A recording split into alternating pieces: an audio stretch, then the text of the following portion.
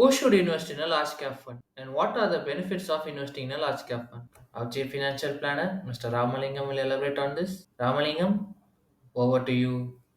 Someone who is looking for a conservative approach to investment, or a beginner investor who has not tested stock market and who wants to start investing in stock market for the first time, then to have a smooth takeoff they can start investing in large cap funds. Or if an investor is having an outlook, the market is overvalued now, it is not a good time to invest in small cap or mid cap where the risk is much higher, they are overvalued. Again, in those situations, investing in large cap funds can be a good option. So, investor who have conservative investment approach, or an investor who's a first time investor, or an investor who have an outlook that small cap and mid cap is overvalued.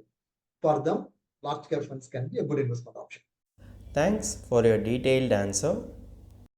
If you have any doubt regarding this or any other financial or investment decision, don't hesitate to book an appointment with our financial expert. The link to the appointment is given in the description below. And also, would you like to know more about finance and investment? Then we would recommend you to attend our live webinar. The link to the webinar is also given in the description below. The webinar is absolutely free. If you like this video, hit like, and if you are new to our channel, please do subscribe.